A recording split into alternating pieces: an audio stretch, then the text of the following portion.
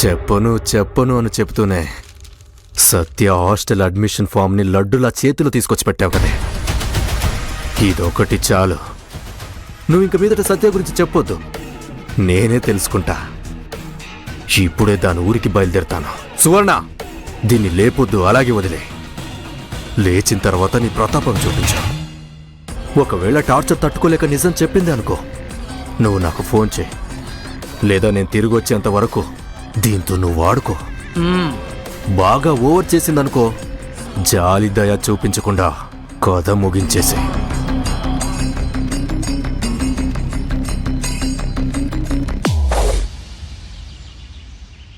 నాన్న, అమ్మెక్కడ? శృతి, ఇంతసేపు ఎక్కడ బలాదూరు తిరిగొస్తున్నావే? ఇంత లేట్ అయింది?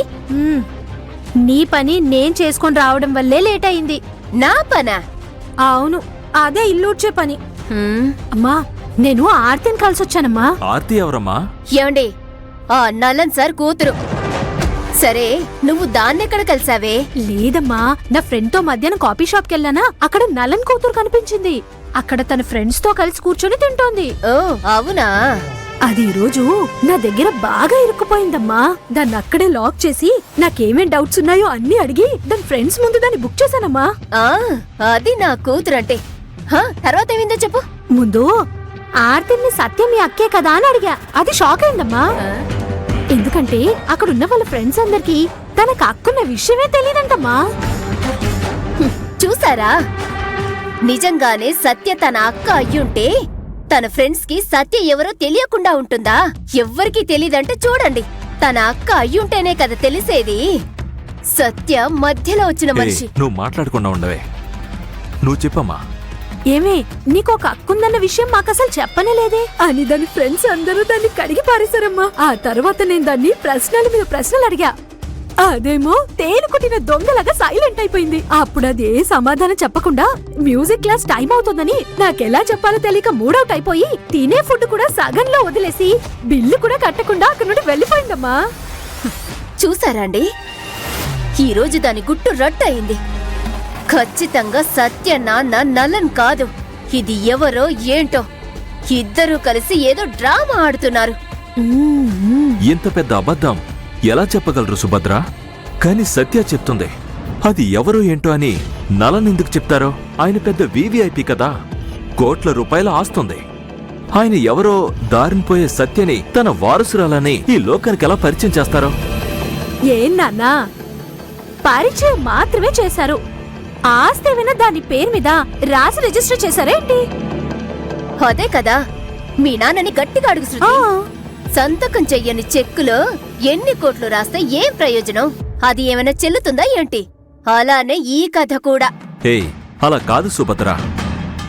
అక్క నేను వాళ్ళింటికి వెళ్ళి మేము సంబంధం గురించి అడిగితే ఆయన ఒప్పుకున్నారు. ఆయనకి సత్యకి ఏదో అండర్స్టాండింగ్ ఉందనుకుందాం. కానీ చాముండేశ్వర్ లాంటి ఒక వివిఐపితో అబద్ధం చెప్పి సంబంధం కలుపుకునే దమ్ము ధైర్యం ఆ నలనుకుంటుందా? ఆయన తప్పు చేశారని ఈ లోకానికి తెలిస్తే ఆయన సామ్రాజ్యం అంతమవుతుంది. అది ఆయనకు తెలీదా? మా అక్కతో పగ పెంచుకుంటే ఆ కుటుంబాన్నే నాశనం చేసేస్తుందని ఆయనకు తెలీదా? నేను చెప్తున్నాను కదండి, ఏదో తేడా కొడుతోంది. ఇక మీదట నేనే నిన్ను పట్టుకొని బాగా కొట్టాలి. అయ్యో నాన్న, ఇందులో ఖచ్చితంగా ఏదో మర్మం ఉంది నాన్న.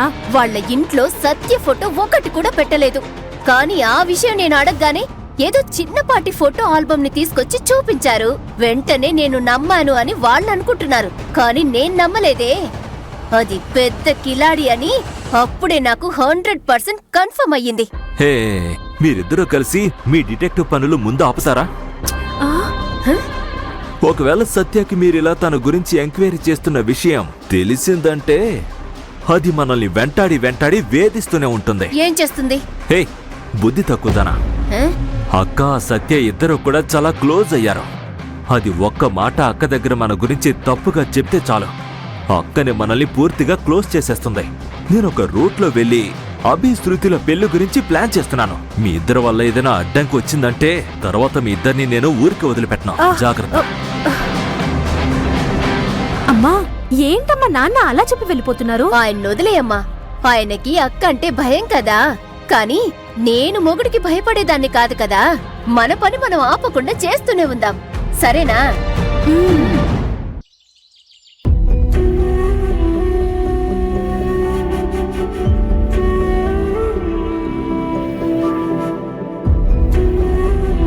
ఏమైంది సత్య? అక్కని సముదాయించి అన్నం తినిపించి వస్తున్నా నాన్న. ఏడ్చి ఏడ్చి బాగా అలసిపోయి ఇప్పుడే కొంచెం నిద్రపోతుంది.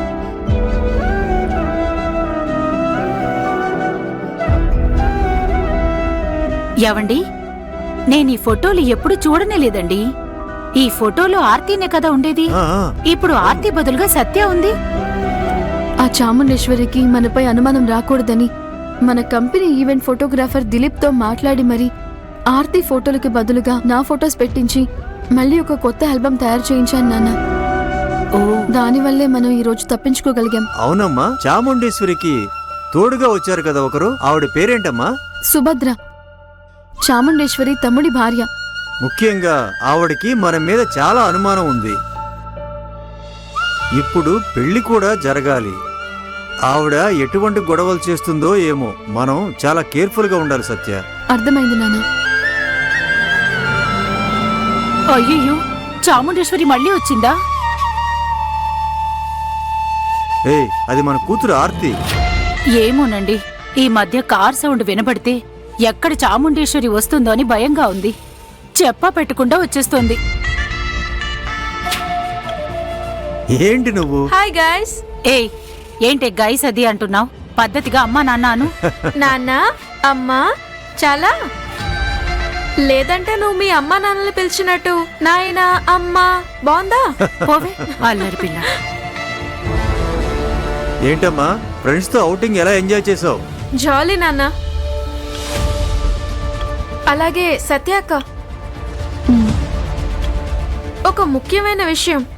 ఈరోజు కాఫీ షాప్లో నేను శృతిని కలిశాను. ఏంటక్క అమ్మాయి ఇలా ఉంది? ఒళ్ళంతా అనుమానం. మీ గురించి ప్రశ్నల మీద ప్రశ్నలు అడిగి నన్ను తిన్నివ్వలేదు కూడా. నా ఔటింగ్ మూడ్ అంతా స్పాయిల్ చేసింది.